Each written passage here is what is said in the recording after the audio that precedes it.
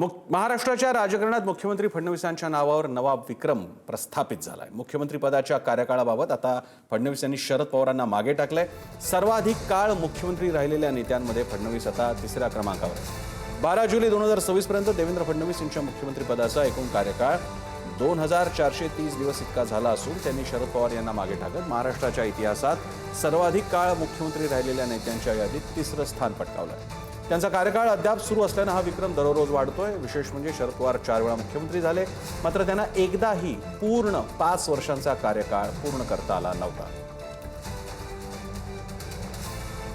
कसले विक्रम कोण मोडते मला कळत नाही। पंडित नेहरूंच्या कार्याचा आणि राष्ट्रभक्तीचा विक्रम कोणी मोडू शकले का? देश घडवला पंडित नेहरू, देश उभा केला शून्यातून। देश स्वतंत्र झाला तेव्हा इथे एक सुई बनत नव्हती, सुईचा धागा बनत नव्हता।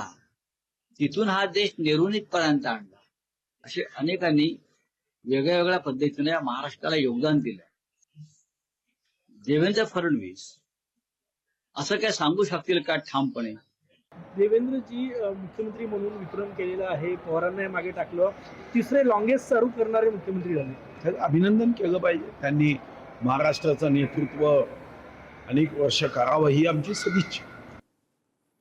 संदीप राजगोळकर आपले प्रतिनिधी आपल्या सोबत आहेत। संदीप, एक मोठा शेवटी महाराष्ट्रासारख्या मोठ्या राज्याचा मुख्यमंत्री होणं, त्यानंतर इतके दिवस त्या पदावरती राहणं हा केवळ प्रशासकीय नाही तर राजकीय सुद्धा विक्रम असतो। कशा प्रकारे पाहता तुम्ही या कारकिर्दीकडे?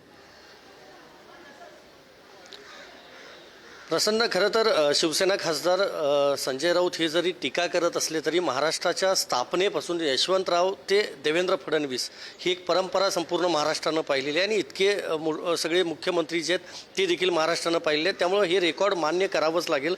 सगळ्यात महत्त्वाचं हे आहे की शरद पवारांना देखील मागं टाकलेलं आहे देवेंद्र फडणवीस यांनी।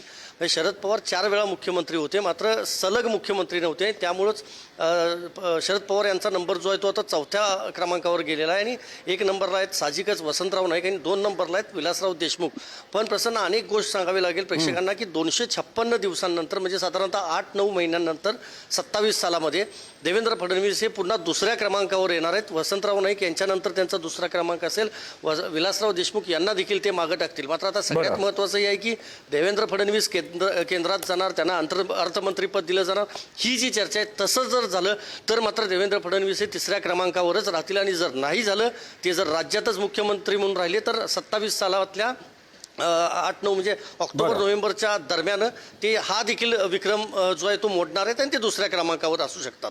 महत्त्वाची घटना असेल आणि धन्यवाद संदीप तुम्ही दिलेल्या माहितीबद्दल। देवेंद्र फडणवीसांना या अनोख्या विक्रमासाठी शुभेच्छा आणि त्याचवेळी राज्यासाठी नवनवीन उपक्रम आणि राज्याला प्रगतीपथावर नेण्याची अपेक्षा आणि शुभेच्छा।